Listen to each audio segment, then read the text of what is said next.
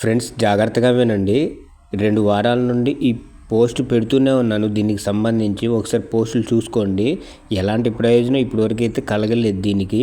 ఇది భద్రాచలం భక్తులు స్నానాలు చేసే గోదావరి నదీ తీరం ఇసుక దగ్గర ఏ బండి గుద్దిందో తెలీదు.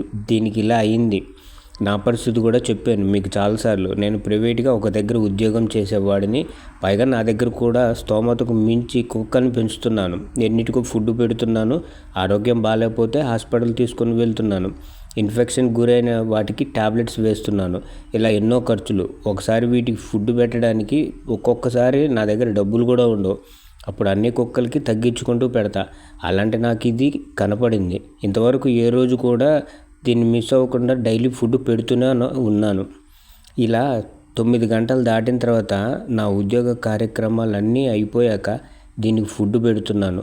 రోజుకు ఒక్కసారే పెడతా. అందుకే అనుకుంటా బాగా ఆకలితో ఉంటుంది. అందుకే ఇది పాపం అక్కడే ఉండి ఎదురు చూస్తూ ఉంటుంది. మొదట్లో దీన్ని వెతుక్కునేవాడిని, కానీ దీనికి అర్థమైనట్లుంది రోజు వస్తాడు అని. అందుకే అక్కడే ఉండి ఎదురు చూస్తూ ఉంటుంది. కానీ మున్ముందు నేను రాని పరిస్థితులు కూడా ఏర్పడబోతున్నాయి. వచ్చేది ముక్కోటి. భద్రాచలంలో దేశంలోనే అనేక రకాలైన వాతావరణంలో ఉన్న వాళ్ళందరూ ఇక్కడికి వస్తారు. ఈ ప్రదేశంలోనే హంసవాహనం అటు ఇటు తిప్పుతారు.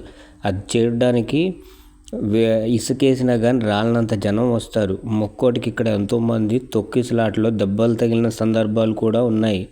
అప్పుడు దీని పిల్ల పరిస్థితి తలుచుకుంటే భయంకరంగా ఉంటుంది. నేను కూడా వచ్చే పరిస్థితి ఉండదు.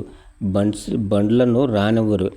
మనమందరం తలుచుకుంటే దీన్ని హైదరాబాద్ లేదా వైజాగ్ తల్లి పిల్లలతో పంపించవచ్చు.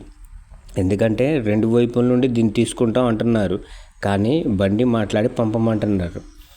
అక్కడ దానికి ట్రీట్మెంట్ జరుగుతుంది. సెట్ అయితే ఓకే, లేకపోయినా వాటిని పెంచుకుంటాం అంటున్నారు. మీ దగ్గర ఏదైనా వాహనం ఉంటే ఇక్కడికి పంపితే నేను వాటికి అక్కడ చేర్చుతాను. లేదా పైన పెట్టిన ఫోన్పే వాట్సాప్ నంబర్ నాదే. దానికి ఎవరికి తోచిన సాయం వాళ్ళు చేస్తే దీన్ని మనం చాలా తొందరగా ఆ ప్రదేశానికి పంపుదాం.